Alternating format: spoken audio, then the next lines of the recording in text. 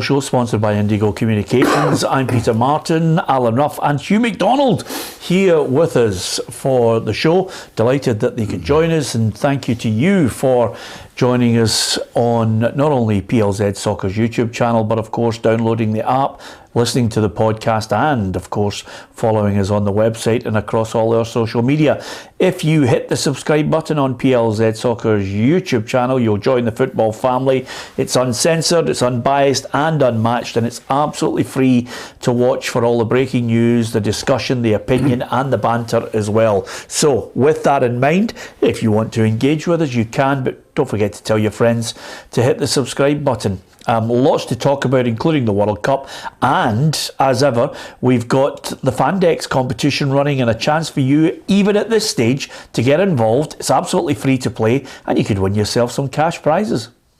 Come and join PLZ Soccer on Fandex for our FIFA World Cup 2022 stock exchange game. It's absolutely free to play and you have the chance to win cash prizes. You can buy shares in your favourite team and watch their stock price increase or decrease based on their real-life World Cup performances against the expected points tally set by Fandex. You can buy and sell as many teams as you like, as often as you like, with winners being announced after every round. The PLZ Soccer family are waiting for you on Fandex. Head to plzsoccer.com and click on Fandex World Cup 2022. Yep, always good to do that. Lots to discuss in the company of Hugh and Ruffy. Thanks to Sean and Hugh and Thomas and Martin who've joined us, Paul as well as Keith. There's lots of people who love to talk football. We'll be discussing whether Ronaldo touched the ball or not very shortly.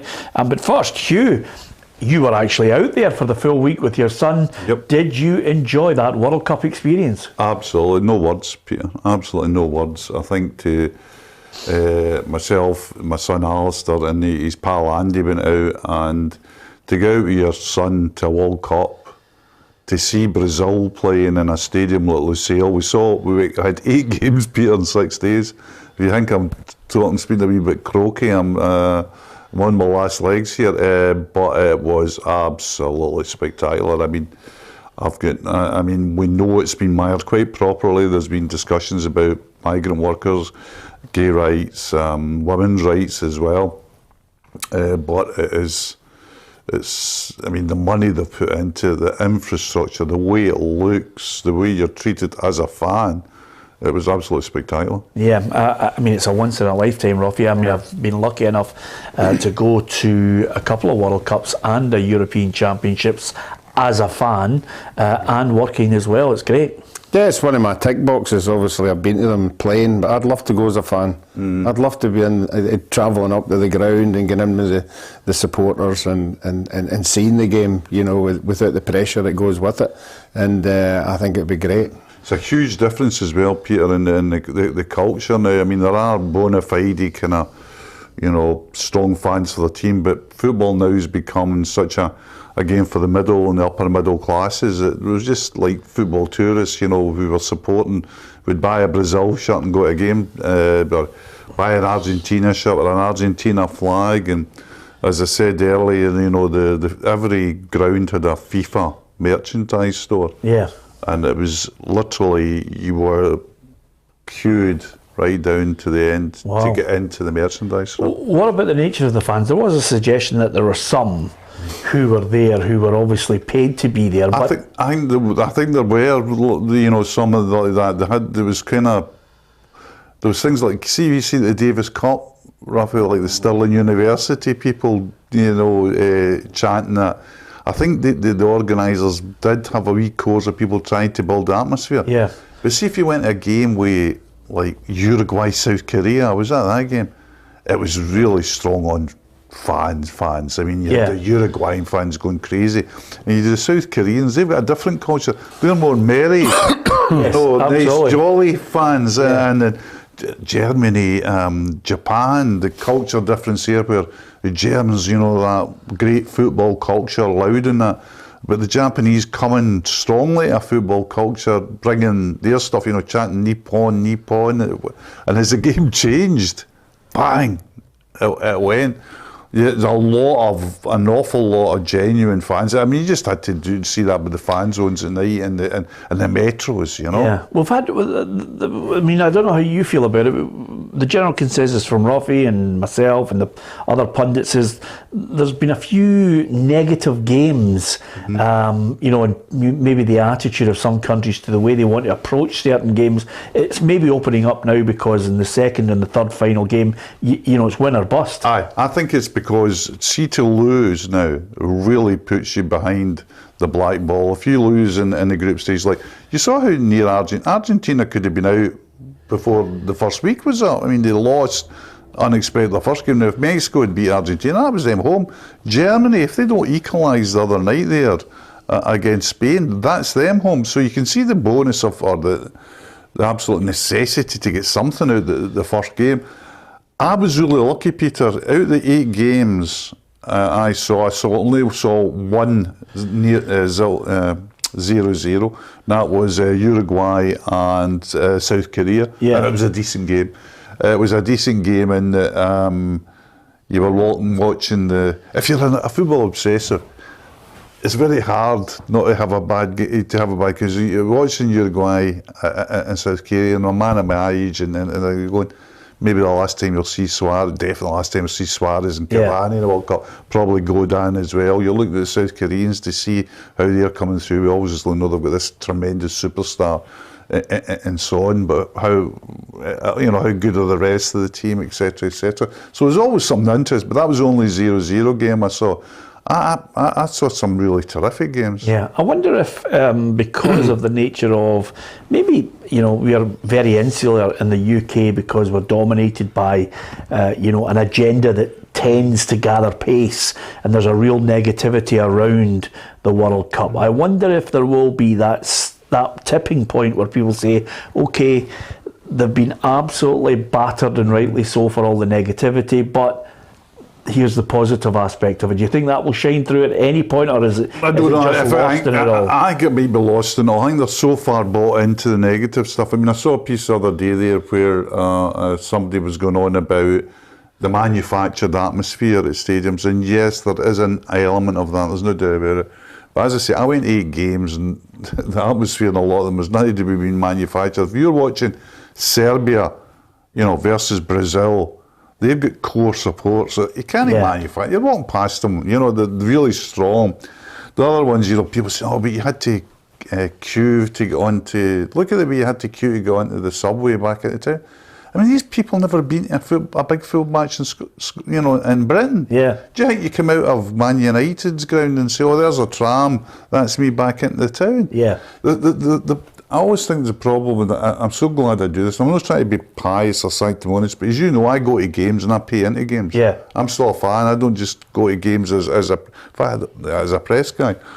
And I think there's a distance between what press people expect. I mean, it was taking me an hour to get from my seat, an old man, top an hour to get from my seat to the tube. And once I was on the tube, it would take you 10 minutes to go anywhere. Wow. The tube was lightning, and so that would be tops. So if the game ended at 5 o'clock, you'd be back in the hotel or certainly back in the centre of the town for 6 o'clock. Yeah. Oh, brilliant. But I mean, people at Celtic and Rangers and Tottenham and Arsenal and that would take that. Absolutely they would. Ruffy, from your own point of view as a player, you've been at the World Cup finals. Do you... Sorry, Ruffy's been at the World Cup? Yeah, absolutely. I don't know if you knew that. Do you hear the atmosphere? Do you get embroiled in it? Does it influence you? Does it in a positive or a negative sense? Or even off the back of that, was there a particular World Cup where you thought, oh, this is brilliant? No, I think nowadays it's moved on a lot. I think the stadiums are better. Mm-hmm. The stadiums give an atmosphere. Most of the stadiums we played in, possibly against Peru and Iran, there wasn't many there. There wasn't over 30,000 there. There wasn't 40, 50, 60, so it wasn't like a cauldron in any of the games. The Brazil game, and obviously in Seville, was getting there, But I think now it's moved on. This World Cup in particular, they're all dressed up. There is a flavour of the nationality of where they all come from, and they all buy into it. I think it's a spectacle. It's fantastic. And I mean, every team. You know, the one observation, this might come as a shock to you. Yeah. I now know why English football is doing so well, because all the foreign players that are in all these teams are playing for English clubs. Every club, if it's Cameroon, it's Ghana, they've all got English players. They're all playing their trade in England, and they're playing at the top level. Is that you? Is Yeah, that what you just realised it? No, just watching the game, and because I don't know a lot of the foreign names, I don't know a lot of the foreign players for Cameroon, and then all of a sudden they'll go, yeah, he's doing well at Brighton, yeah, he's doing well at Brentford, yeah, he's doing well at Fulham, he's doing well. It's absolutely amazing. I'd love to know how many English players are playing in that World Cup. It's very high end, because now, you know, like if you take Real Madrid and PSG and to a lesser extent probably Barcelona, but England now are dominating. I mean, they're dragging all the players from all over. The interesting thing I found about Peter was that, see, that the level, what's separating teams at the moment is if you've got a Champions League striker or a Champions League front three. That makes all the difference, because you can be really, really good. I watched Canada versus Belgium. Yes. Terrific game. And Canada came on strong. And the only reason Canada lost was the front three aren't up. You know, I'm not trying to be disrespectful, but the front three aren't good enough. Yeah. The only reason Belgium won is Batshuayi got one chance. Now, Batshuayi's not top level. No, he's not. But he's better than in Canada has, so he got his one chance, and it's done. And what did you make of the boy Johnson? I thought he was good, dynamic. I thought defensively and in the middle third, Canada were excellent. They're really well drilled. The big centre half had a terrific game against Belgium. I mean, he was everywhere. And I thought Johnson looked like there's trends that happen now, and Johnson looked like the very modern fullback, very capable, going up and down the park, wanting the ball, the guy that's not only making those overlaps but coming inside, augmenting midfield.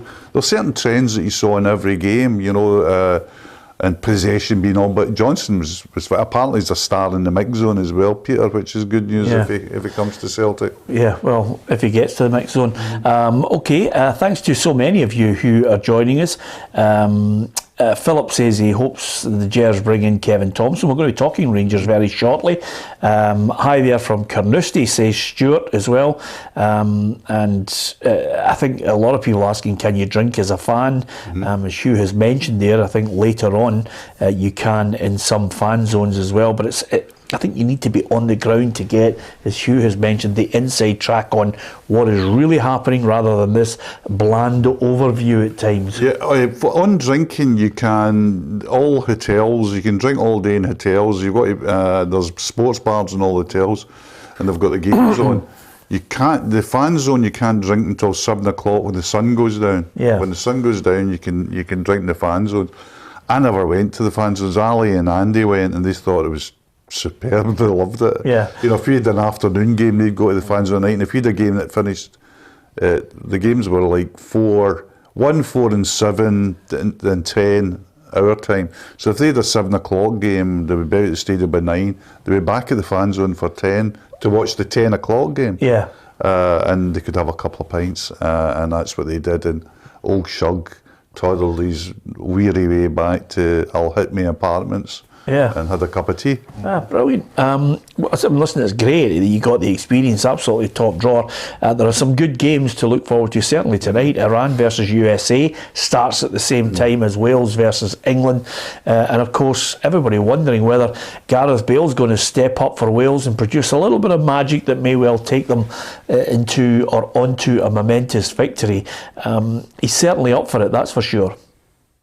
I think the one thing that I always do is I give 100%. I was flying into tackles in the 95th minute the other day, so I'll give everything like I always do for my country, and I'll just try and lead by example for sure, and hopefully that's enough on the day. That's all I can do. Yeah, he's at the twilight of his career. I think maybe if you were Gareth Bale of 5 or 6 years ago, Roffy, England would be very, very scared, but I'm not so sure now. You're looking at best a set piece for him. Yeah, I would agree with that. You know, I think he will always have something special in a big game. You know, that's what you look at for the quality that he's got. You know, I think he's went down a couple of levels of where he's playing at. You know, he's not playing with Real Madrid anymore. He's not playing at the top. So, obviously, the level that he was at isn't there, but he's still got something in him, and a free kick or something like that special could cause problems. Interesting listening to Gareth Southgate saying that he is sort of remissing of the Scotland-England game at Wembley, where he thought Scotland kicked him off the park. Yeah. And he thinks this is what's going to happen tonight. Yeah. Well, I've got a lot of respect for Gareth Southgate. I like him the way he conducts himself as a person, and lots of people like him as a manager. Not so sure I agree with him on that point, to be perfectly honest with you, but he's well aware of what's ahead in this Battle of Britain. We've got a chance to win the group with a positive result, so there's a lot for both teams resting on the game. You know, there's no game where there isn't pressure on either team, and we want to really, our performance is the key. Well, I love the World Cup. I'd love us to be there, obviously, but I really like the World Cup on the basis that, you know, there's the World Cup where the players play and the manager for England, and then there's the World Cup for the fans, who are erratic to say the least, and then there's the World Cup for the media, and there are both three great sports to watch, because you better believe it, Peter. I mean, I've never witnessed, you know, a group of people who are talking about, well, there's where you'll meet in the last 16, there's who will meet in the semis, and there's who will meet in the final, and then after a game where they draw 0-0, suddenly the whole thing flips. But it's almost a ritual, that, isn't it, over the years of England? It's almost like England sort of / World Cup Euro bingo. You know, we're going to win the World Cup. 1966 all over again. Bring it back home. We're rotten. Sack the manager. We're great. Bring it back. It's just this complete thing that people have.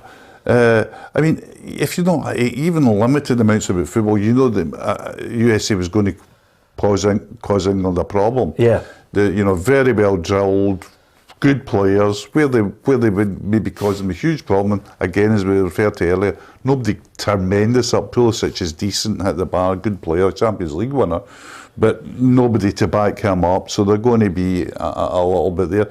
But the England thing is just takes its own life and it bounds on. They've got to be the only nation, Hugh, that over a period of their history, they've had what I would call wonderful players with technical ability that you would build the whole team around. They've got to be the only nation that still somehow manages to pick a manager who won't pick a player that can light up a game. Absolutely, and I think it's because of the pressure sometimes. I mean, I think also because of who the England job is not maybe the job, well, it certainly isn't the job that many managers want. They would rather be managing Premier League clubs, and there's not a tremendous amount of great English coaches to challenge Southgate. There's nobody saying, oh, he should do it rather than Southgate. Certainly foreign coaches. So I think England's major flaws are the manager.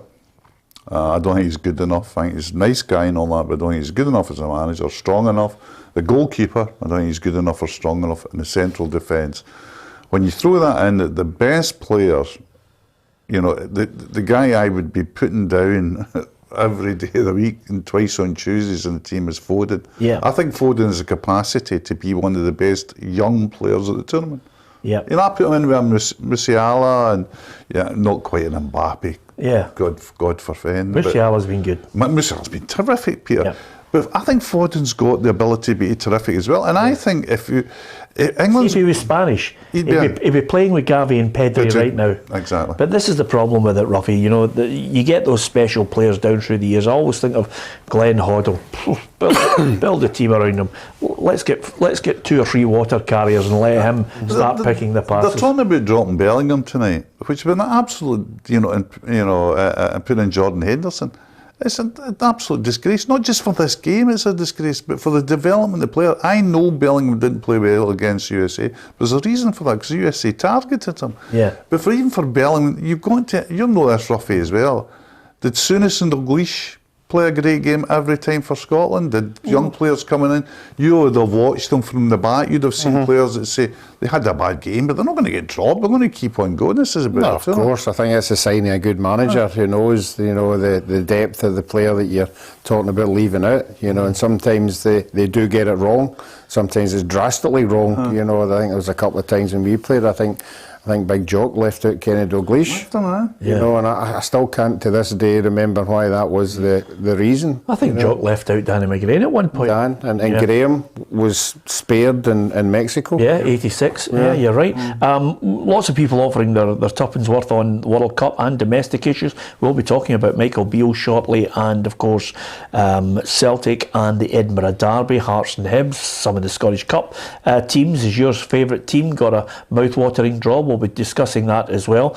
Sean Maxwell says, like I said on TalkSport, did they let you on, Sean? He said, we should be one nation, Great Britain. We might win a cup. Well, with that line, Sean, you'll never get on this programme. The big problem with that is, major problems in every level of that, but they would lose votes on IFAB. And there's no way they're going to do that. No. They're not going to vote for. They're not going to vote for the end of their own existence. On the Beale thing, Peter, to go back to that, just a bit interested in the viewers. Well, we were talking about this over there. Beale's done. He's probably ended after this tournament. Is he the greatest British player of his generation? Well, it's funny you saying that, because we were discussing it in the office before the show started, and he's certainly up there, because for me, he scored one of the greatest Champions League goals of all time. His medal haul is impressive, and he wasn't a bit part player at Real Madrid at one point. He was the key, one of the key players, Ruffy. The tail end of him earning £600,000 a week and playing golf is where all the negativity comes in. But he's got to be up there. He's so good. He went to Real Madrid. Real Madrid. You don't get to Real Madrid unless you're something special. Yeah. Because they like to buy these kind of players, and that's why he got there, because he was head and shoulders everybody else. You just threw that out there. I would like to know who to be up against. Probably in England terms, maybe Kane, up against Kane, that kind of generation. The last 20 years, Hugh, I would go.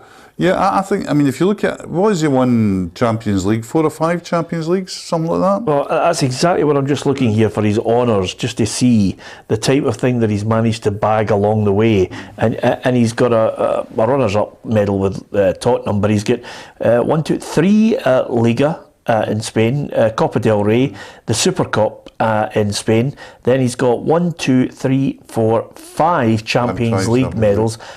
He's got 3 Super Cups, and he's got 3 World Club Cups. So I don't think there's any British player. The only one that maybe comes close to him along the way, McManaman won 2 Champions Leagues with Real Madrid. And McManaman had a great success of going to Real in terms of career. But he wasn't. He's not a Beale though. No, but he also had the same. And I don't know if this is a British thing, he also had the same pain at Real Madrid, where he wasn't fancied and he just stuck it out and said, no, I'm going to dig my heels in. But as far as British players, a great one. Give us your thoughts on it. Is he the greatest British player of his generation? I even go further, if anybody's in there, the greatest British player since, let's go back to my time, 1960s. Who would you put in there? I'd put in Souness, definitely, Dalglish for Scots, McGrain. Hansen, by the way, thrown in a big Sasha Neri, because I think he was underrated. That would be my Scots. Jimmy Johnston. There's a lot there now. You're bringing them up, and then if you're talking about Irish, you're taking in your Keanes, Robbie Keane. You're taking in your Roy Keane. Best, definitely. Charlton and Law. There's a lot. Gascoigne. Yeah. It's he's maybe not as skillful as them, but he's got a place within I think the greatest. An argument. It's certainly. You know what we'll do, Hugh? I think you're in on Thursday with Tam Cowan, so we'll come up with our greatest ever European 11 from British-based players. Is that feasible? We'll do that. You want to get yours together and I'll get mine? Right. They must have played for European clubs, not just. Do they need to have won a European medal? See, that would throw Danny out, and I think Danny would be my right back choice. Yeah. We can discuss the rules later. We'll discuss the rules later. Anyway, apart from that, Francisco says Bobby Lennox. I mean, this is it. Martin Torrens comes up with a great one. Baxter. Right. Baxter's fantastic. Talking to Archie McPherson about Baxter the other day. And Yeah, by the way, I just thought you were great at your well, I event. didn't have to be in him, did I? Well, I thought Archie was so good. Archie was good. Archie was good. And nice questions. I didn't want to ask a question just in case you thought why. I was sitting there thoroughly enjoying, just the chat from the troops, and I thought you handled the whole thing with Archie and his book launch, and we did mention it on the programme, by the way. Aye, but Archie was just like superb, because it was like, as I said, it was like having Peter Ustinov and Parkinson. He just set up this wee lob, and then of course but Archie's living history. I mean, he should be. See that book? I would say to anybody, if you're looking for a Christmas present for anybody that's interested in football, certainly anybody of our generation. Touching Greatness by Archie, I think it's a terrific book. Yeah. And there are other books out there. Right? Yeah, absolutely. But we're talking about Archie, so to hell with other books. The other thing I was going to say to you is lots of people. Joseph McGonigal says Liam Brady. Why not? Aye, Juventus. How many people play in Italian football? Good point. And also Hansen, Law is getting mentioned, and there's another couple there that I thought were well worthy of it. I mean, Stephen Stewart comes up with a really good name, Ruffy, that I think, I've mentioned it to you on countless occasions. I mean, Steve Archibald. Steve Archibald played in the European Cup final for Barcelona, and they were absolutely done out of it by... and Hugh Scott says, Davy Cooper for me, Peter, my all-time favourite. Davy Cooper was a great player. I wish it's a strange thing to say, but I wish Davy Cooper had been born 10 years later. Because Davy Cooper and the Rangers 9 in a row team would have been outrageous, wouldn't they? Absolutely. I mean, but Motherwell got the benefit of, but his tail end, but can you imagine him in that 9 in a row side? I mean, with Laudrup one end and him in the other? And really... Gascoigne? And good midfielders is just giving them the ball in really good positions, dangerous position. Yeah, and John, who regularly contributes, is a man after my own heart, and dare I say this, but in the early years, Ruffy, do you remember we did those, our greatest ever Scotland side, and we had a programme where we did it, we had Hugh on it, and I had to fight. You're right. I had to fight to get John Robertson of Nottingham Forest in, and you all said no, and you were battering me out into left field. John Robertson was a genius. Absolutely, you were completely... I didn't know. I must have been having some kind of... breakdown? Menopausal thing, male menopausal thing. It's absolutely great shout, just a completely valid shout. Yeah. About you and that. So there's lots of people mentioning great players. Ian McGrath must be of a certain age. He said Charlie Cook. We're now going back to Gilzean, aren't we? We're going all the way, aren't we? So it's all good stuff. Now, just a couple of games I want to get your thoughts on. Ruffy, did he touch the ball, Ronaldo, or did he not? No, I didn't think he touched it, no. You didn't think so? No, I didn't think he touched it. You know the Portuguese are actually trying to get some, evidence to back it up, to get him the goal. So just to get him the record? Yeah. Well, he'll get it in another game. Yeah. Get it now. You didn't think he touched it? No, I don't think it. The first time I saw it, I thought he touched it. Yeah. Because that's what fooled the goalkeeper a wee bit. But no, I don't think he did. Does a hair count? Does it have to change the direction of the ball, or does a hair count? I'm just asking. I'm just playing the devil's advocate. I touch him. Yeah. Well, your hair. Have I touched? I don't think it touches. I don't think it touches hair. I don't think it touches hair. Didn't touch my hair, that's for sure. No, I don't think it touches hair. I have no insight in this at all, Peter, because as I say, I was somewhere over Basra last night when that was happening, so I never saw it. So I don't know if I've still to catch up on the latest World Cup highlights, but I'll tell you one thing, having not seen it, I bet you Ronaldo says he's touched it. By the way, can I just say something to you? See when the ball come over? He ran away as if, by the way, there it is, give me the goal. One of the great things about life at the moment, and you'll love this as well, Peter, is in the old days, you got away with, you could do things and nobody would know. People are now doing things like diving and that, and you say, doing this, there's like 47 cameras there. You're going to get caught. Yeah. You're going to get caught. I mean, that was... But by the way, you say that, but Ronaldo, we had to look at it from 5 or 6 different angles, But he'll be... I mean, the amount of stats that's been churned out about the World Cup. You know, I mean, that's the 5th consecutive World Cup that Ronaldo scored, and it's the 5th consecutive one that Messi's got an assist and all this. And these guys, Ronaldo and Messi, and I think particularly Ronaldo, they're just playing for records now, and they're not playing. They're playing for achievement. They're winners. They're great, but they're not playing for us to think they're great players or for money. Or they're playing setting records that cannot be touched. Yeah. Another one that Peter's pet hates that's coming to fruition now. How are they handling in the stadium the 10 minutes extra after the 90 minutes? I love it. How are they handling? How the fans handling it? Fans are fine, but see, the thing about it is you're very, very comfortable in a very comfortable stadium, and everything's going to explain to you. The VAR thing's really good. They've got simulations up. They tell you what's happening, and I hate VAR. But there's been no problem about people sitting on for 10 minutes. Nobody's going on. The only problem with games is you've got a lot of people who are doing 2 games a day. I don't think you could. There's a blogger every single game. Yeah. But I think it would be almost impossible. Single? Yeah, not quite. I think he still stays with his mum. I mean, but a lot of people like we were doing 2 games a day. So a lot of people, you can see them leaving to beat the rush to get to the next game. Yeah. We never did that. We said no. We're great ones for not leaving stadiums before games. Well, tomorrow there's an update on the VAR, and I wonder if Scottish football will embrace that 7 or 8 minutes. I think they should. I know some people obviously view, because of the way they go to games, they think, I'll get a wee race away here to beat the traffic, or I've got to get a train, or if it's a late game, you're thinking, I've got to get out of here, I can't wait the 10 minutes. But for me, I would definitely have it, because the amount of cheating that goes on, Ruffy, is unbelievable. What about the debate that it's going to favour the good clubs who are going to get an extra 10 minutes of attacking in a game? Well, no, I'm saying, but that's on the basis that you think it's an illegitimate 10 minutes. It's 10 minutes because people are making subs to waste time, diving. I mean, by the way, that's another thing, Hugh. Honestly, see the amount of players that roll about as if they've been poleaxed just to stop the game. Peter, don't you think that these people that you're talking about are the people that are going to be in the team that are getting battered? Oh, so at the end of the day, the other team's going to get 10 minutes. I don't think it's a definitive, Ruffy. I think there are lots of what I would call, listen, I'll give you a prime example. The absolute king of the rollover is playing for Brazil. Aye. Neymar. Absolutely. I mean, people love him, and he's one of the main focuses of the World Cup alongside the likes of Mbappe and Ronaldo and Messi.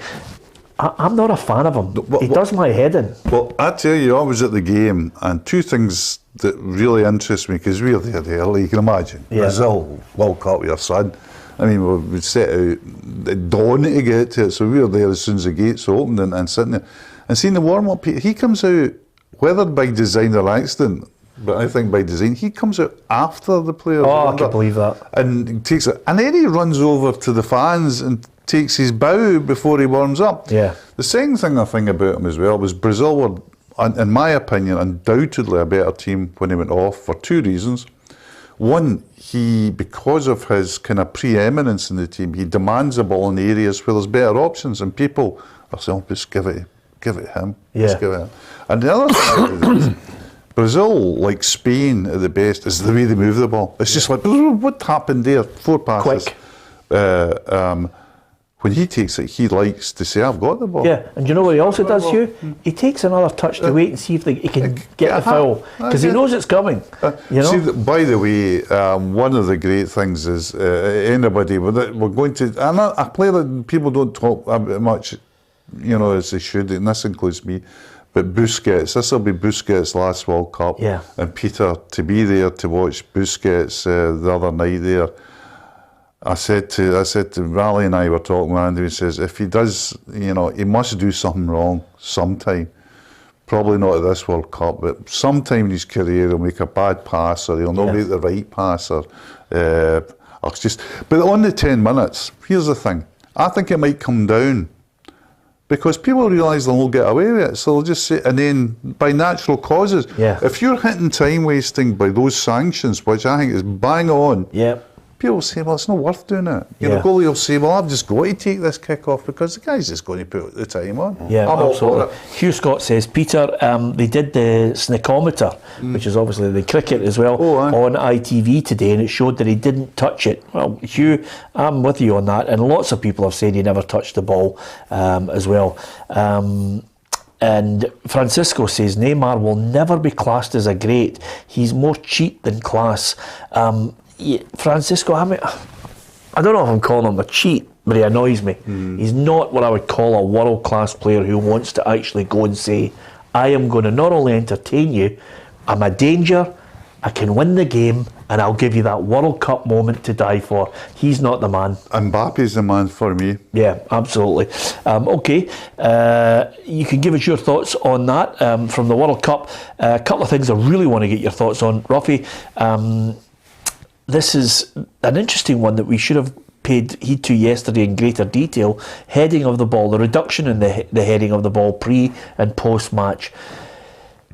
I wonder about how this is going to be implemented and whether it's for the long-term benefit. This is what Ian Maxwell had to say on the whole thing with regards to the heading of it. Obviously, from his point of view, he wants the clubs to stick to this. Heading practice restricted to once per week. And the activity is to be monitored by the clubs as the governing body wants to act on this latest research. So clearly, he's looking at it and saying, he wants the clubs to pay heed to it. There are things that are going to be implemented. Training exercises which could involve repeated heading should be carried out no more than once a week. Training exercises which could involve repeated heading should not take place on match day 1 or match day +1. This includes activities such as crossing and finishing and set piece practice. Clubs should plan and monitor heading activity and training to reduce the overall heading burden.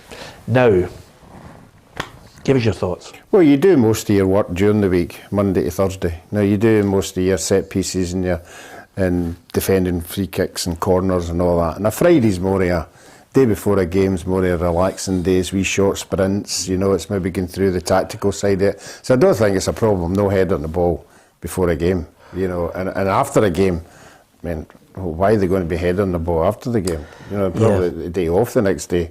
Unless they're head on that boot, they're dinner. That's taking that a bit far. But no, I think it's right to do it. It's right to do everything, and they are more conscious of it now. We played our game and our centre half last week had a head knock, and I could see the physio really going through the testing, really looking at him, and really him making the decision, not the player making the decision, saying no, you're coming off. Right, okay, here's the SFA Dr. John McLean, who obviously explains why they want to see this happen. Heading's part of football, and for, at least for the near future, will continue. Our drive really in training is to reduce unnecessary heading.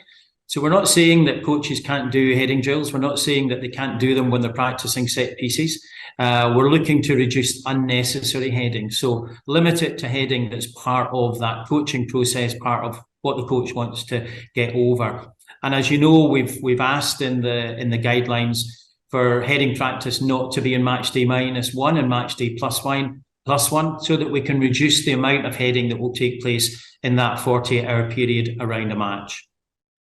Okay, I think. Can I just add, Peter, that's good for the clubs as well, taking that on board, because the head and concussion thing now, there's a limit of if you've got it, when you can play. Yeah. So the clubs really need to take heed. Well, it didn't happen early on in one of the first World Cup games. I thought it was a scandal that they didn't implement it right away. But here's my bag on it, Hugh. Right. And I think once you get something like this, which is commendable, because obviously that you only have to look at Ruffy's teammate Gordon McQueen, Jeff Assel, Chris Sutton's dad, so many others along the way that you can think of.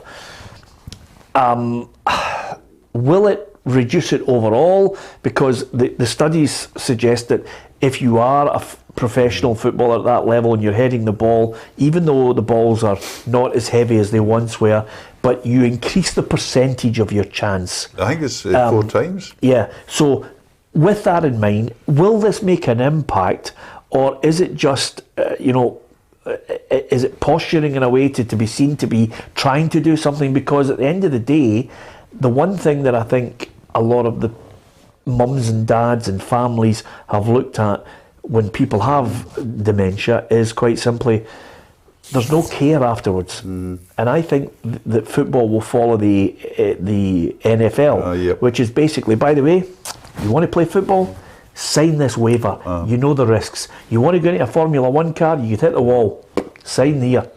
I think you're right. I think first of all, very lucky in Scotland because we've got pioneers in this aspect. Dr. Willie Stewart is the guy whose research, not only brought much of this to light, but put figures behind assumptions, very factually based, very evidence-based, peer-reviewed. I mean, real top-level research that Dr. Willie Stewart has put in place. And Dr. John McLean is a top sports medical man as well. So we're lucky there. We've got guys that know the score, know what can be done, what should be done. I think this is going to be a process, Peter. Yeah. And I think the eventual process might be, and I don't know how we're going to get to there, will be that heading is taken out of football completely. Now, I'm not. So? Yep. And I'm not talking about the short term. I'm not talking about, certainly not my lifetime. But I think as football evolves and the evidence gets stronger, there'll be people say, and that will change the whole dynamic. Can you imagine football if you're not allowed to head the ball? It would change the whole dynamic. I'm not saying, I just think it could come much further down the line, because once you've got evidence, and there's evidence there already, that you're much more likely to get dementia if you're heading a football, that's a game changer. Yeah, I think legally, the one thing that a lot of clubs will look to is to try and take not so much the risk fact out of it. They will try and take the compensation factor out of it. Responsibility. And I think that part of it is where there will be a real drive to say, if you want to play football and you want to play top level professional football, sign on the dotted line, Ruffy. Yeah, I would agree with that. I mean, there's reliability out there for it. Anything you do now is high up. I just think the football's moved on so much now that I don't think it'll be as bad in the future down the road. What do you think? What do you mean? Because I'm only looking at centre halves. Now, in my day, when I picked the ball up, I just hoofed it as long as I could, and it was a duel between the centre forward and the centre half. Yeah. I don't think that's in the game now.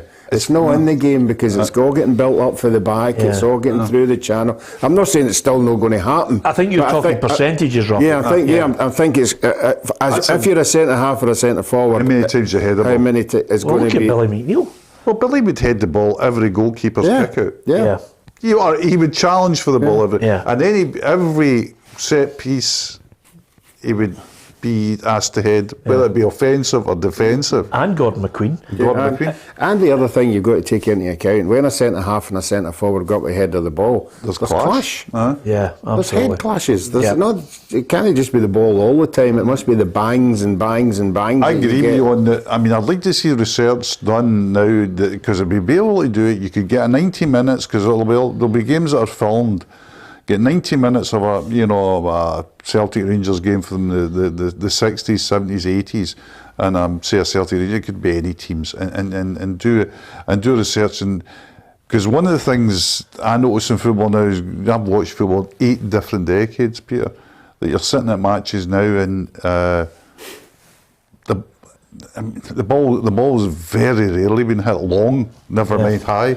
Well, when you look at some of the players who picked up nasty injuries along the way, and you wonder, I mean, Terry Butcher comes to mind in the game, I think, against Sweden. Gordon Jury also picked up a sore one. I think he picked it up in the Euro 96 game that I was at too. So, yeah, listen, you're right, Ruffy, on that. But whether it's eliminated completely, only time will tell on that. But the game is changing. The percentage of the ball, as Ruffy said, getting launched up the park has been greatly reduced. Although, on watching some of the games, with 2 minutes left to play, you're chasing a goal. The amount of times I've said, launch it, for God's sake. Is anybody going to launch this so you can get maybe the second ball? You know, but listen, the game's changing, maybe for the better, who knows? I've never seen so many crosses going into the box in that South Korea game. Yeah. Against Ghana, that's all they were doing for the last 10 minutes, just here. And the Ghana centre halves just headed everything that came in there. Well, sometimes some teams just don't want to cross the ball. Listen, we're going to be talking about Michael Beale. Get Hugh's thoughts on the new Rangers manager. There's a lot of positivity. What's your view on it? Let us know. Don't forget to hit the subscribe button, because it's, of course, uncensored, unbiased and unmatched. 5 days a week we've got the football show for you, and lots of people are subscribing, sharing it with their friends, downloading the app, watching it live, and we are truly blessed that you are joining us on a regular basis to talk football. We try and read out as many messages as possible as well, and we give you the chance to win some prizes too. And this one is a really good competition because we've got 6 vouchers. I'll let Kerry tell you about it. PLZ Soccer has teamed up with our friends at Grieve Sports and Copa to offer you the fabulous chance to win one of these World Cup retro shirts if you enter our World Cup hat-trick competition. All you have to do is tell us who you think will win the World Cup, finish top goal scorer, and who will be declared player of the tournament. The person who gets all 3 correct will go into a draw to win one of 6 vouchers to choose their very own retro World Cup shirt from the Grieve Sports website. And if you don't get all 3 correct, then don't worry. You can still subscribe to our YouTube channel for a chance to win. To enter, simply submit your answers in the feed below, and if you want to double your chances of winning, then make sure you subscribe to PLZ Soccer's YouTube channel. The winner will be announced on the day of the World Cup final. Good luck. Yeah, good competition. I think we've all picked ours. We've gone. I've gone Brazil, Mbappe for player of the tournament, top scorer. I think I'm a wee bit out of left field. I've gone Giroud. Who did you pick?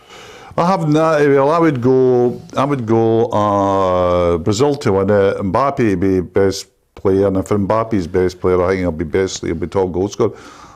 He was wonderful to watch the other night there. He was just wonderful. I mean, France weren't terrific because Denmark are an excellent side.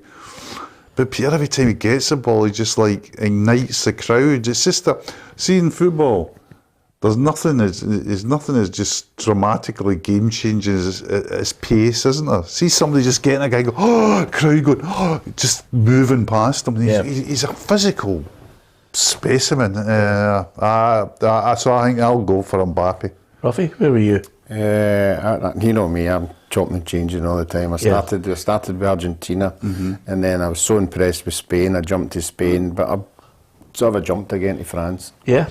So I went France, and top goal scorer Morata. I think he's... Yeah, of course. Yeah, I think you've got him. And did you say young player of the year? Morata's never going to end up top goal scorer. You're nut. No, Spain, I think Spain is scoring.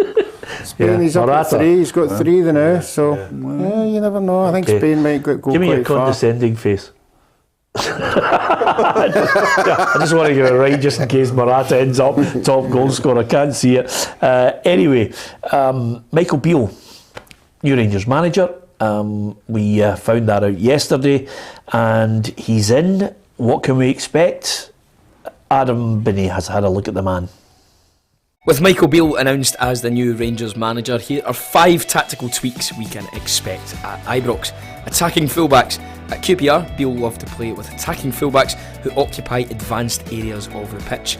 Could Beale be the man to get the best back out of Tavernier and Barisic? Inverted wingers. Michael Beale uses his wide attackers as inside forwards as opposed to traditional wingers. Key man Ryan Kent seemed to excel in this position under Gerrard, but has since gone off the boil since being pushed further out wide. Could this move bring Kent back to form? Conservative pressing. At QPR, Michael Beale discouraged aggressive pressing when his side were against a perceived stronger opponent. He used his front three to mark spaces instead of players, allowing opposition defenders more time on the ball but with less space to move the ball into advanced areas. Less frequent crossing. In the Championship, nearly 2/3 of other sides attempted more crosses into opposition boxes than QPR. Borna Barisic has been the go-to man for Rangers cross delivery. Could he make way for Ridvan Yilmaz? Two strikers. It's no secret that Beale's favourite formation is 4-3-3, but on occasion he has opted for 4-3-1-2 in order to accommodate two central strikers. Could this mean that we finally get to see Alfredo Morelos and Antonio Cholak play together in the same Rangers team? Rangers fans, is Michael Beale the right man to take Rangers forward and close the gap on Celtic? You tell me, Hugh MacDonald. Oh, I wish I knew.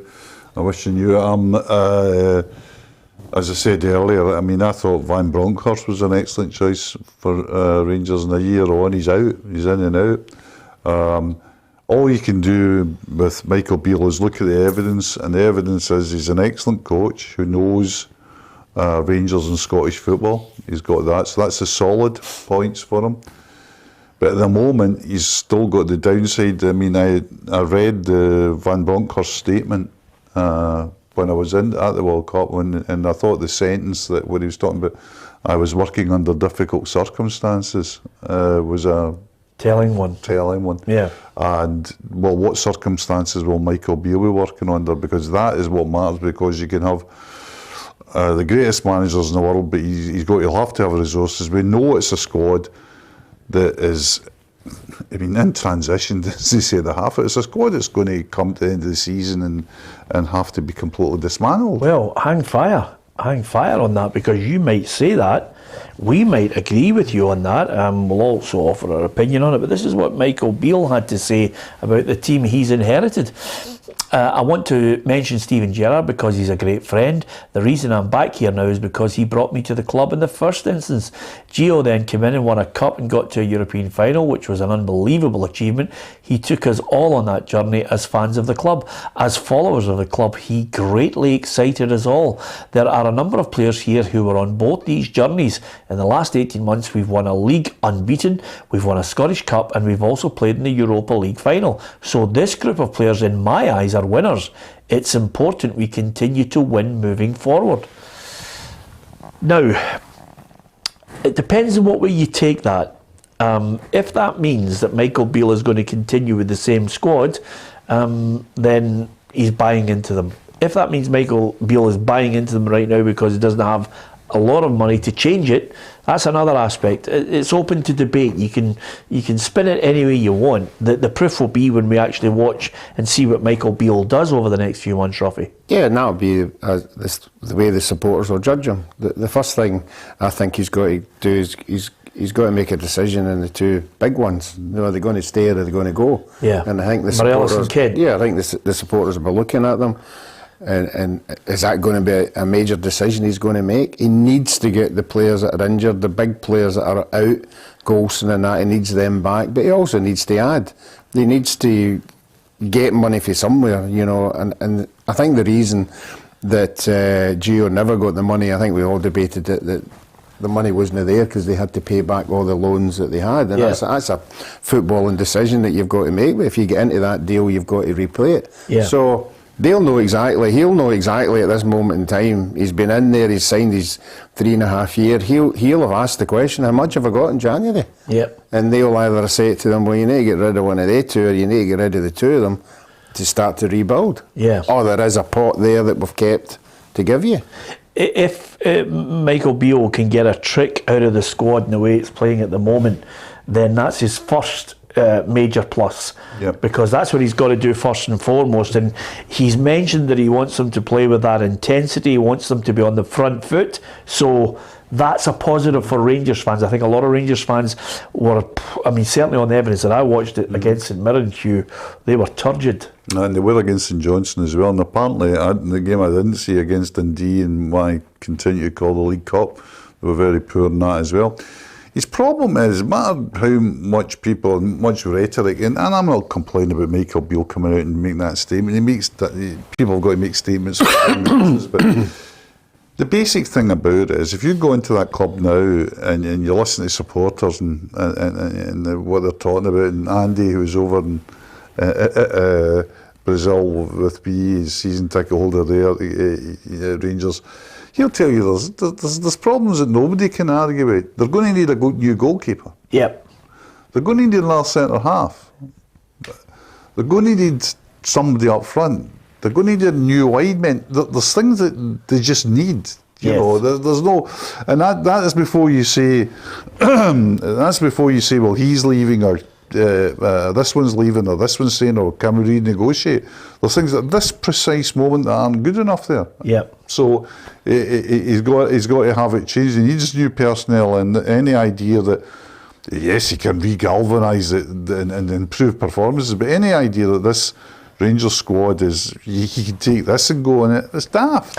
Yeah, it's certainly not going to happen this season, Hugh, and if anything, Ruffy, and this is all, I mean, the overly optimistic Rangers fan is obviously operating on the premise of, and I've heard some pundits actually say this, you know, Rangers will come out of the traps flying and Celtic will collapse. That's a big leap of faith, isn't it? No, they'll be relying on Celtic collapsing, because they don't look as if they're going to collapse, you know, particularly with the squad of players that they've got. I think the difference, the turnaround of the two teams are, Celtic are still good on the park with 11, and whoever comes off the bench is good enough to come on as well. I think, unfortunately for Rangers now, their strength was the 11 that was on the park was good, and the 5 or 6 they had on the bench was also good. But that's turned now, because that 5 or 6 that were on the bench are now in the team. Yeah. You know, so there's nothing on the bench. So if the 5 or 6 have come in and aren't doing the quality like Bassey and all of them had, if they're not doing it, whoever's coming on isn't making the team any better. So they've brought in players not to make the team better, and that's the problem. The big thing is, if you look at it from last season, say the team that got to the Europa League final, just roughly go through it. Is Alan McGregor a better goalkeeper now than he was then? No. Goldson, big player, injured. Aribo, big player, gone. Bassey, big player, gone. The two sort of talisman up front, Morelos and Kent, not producing. What did you say about them? Helander, Suter. But purchased players that have been purchased. But these are, I've got no real, I mean, these are decisions that have been made without, I think, the outcome of Suter being injured, God bless him, or any issues, that could have been predicted. Helander's record on injuries could have been predicted. Kemar Roof, we even said at the time, so these are players, you're buying these players who have got injuries, you know, you can't then go back and say these people have, I mean, I think John Sutter's with an Achilles injury, Envis had an Achilles injury. Very difficult. You're hoping that there's some young players in there, Lowry and others, that might get a wee shout along the way. I'm wondering as well, you know, I watched the Rangers B team down at Dalbeattie, and I thought there was maybe a couple in there that could be fast-tracked, particularly the big centre forward. I think he looked good. Lovelace, Zach Lovelace. Right. I thought he was a handful. I mean, Joseph McGonigal makes a good point. Cholak looks a decent buy. Cholak is indeed the one out of the 7 that is actually, he can hold his head up high. What's he there to do? Score goals. Has he? Yes. So we're running out of time. I'm going to take a look at the Scottish Cup draw for the 4th round. It takes place the weekend of the 21st of January. Obviously, some of these games will be moved depending on the broadcasters and what they want from it, but no doubt about the main one in that first part there is quite simply Hibs against Hearts, the Edinburgh Derby. That's a belter. I know, Ruffy, you'll be happy with Partick getting a home tie against Dunfermline. And the other half of it as well, for the next section, you can see Celtic will play Morton, Rangers have got St Johnstone, and you know, when you look at it, Drumchapel United against Elgin City. Why didn't Drumchapel United get one of the big boys? Ruffy, Darvel have got Aberdeen, which is a belter. Yeah, for the likes of Darvel, and I'd throw Morton into the category as well. It's all about finance, you know. The fact the money they can get for their games could see them for 2 or 3 years. You know, Darvel's got really good financial backing already, Ruffy, as well. I mean, Darvel, I think, bought a centre half for 12 grand. Yeah. And I've watched Darvel a couple of times this season, and they try to play football. Yeah, absolutely. Paul Brady has been listening intently to the programme, and he says, you know, the comment of today has to go to Ruffy once again. He said, clubs need to use the heat while discussing concussion. Take a bow, Ruffy. Priceless. I mean, there's your man. You can always rely on him for something. Although, to be fair, by the way, Ruffy, you know, the last thing we need is humour from you, because people are not happy with you. There's some people who just can't take a joke, is it? No, I think we've all. I don't want you to comment on it, but there's some people they aren't. You know, the people. I think there's far too many people that they want to be offended. Yeah. And just relax and enjoy life and Absolutely. have a laugh. There's people out there who are professional, who want to be professionally offended to you. I don't think Ruffy has ever said anything I haven't been offended by. Absolutely, and that's before the theme tune kicks in. Anyway, we hope you enjoy the programme. I mean, listen, we'll give you opinions. Some you like, some you don't. That's the joy of it. If you have got an opinion, we love you to come on. I know somebody said there, is the PLZ programme so woke?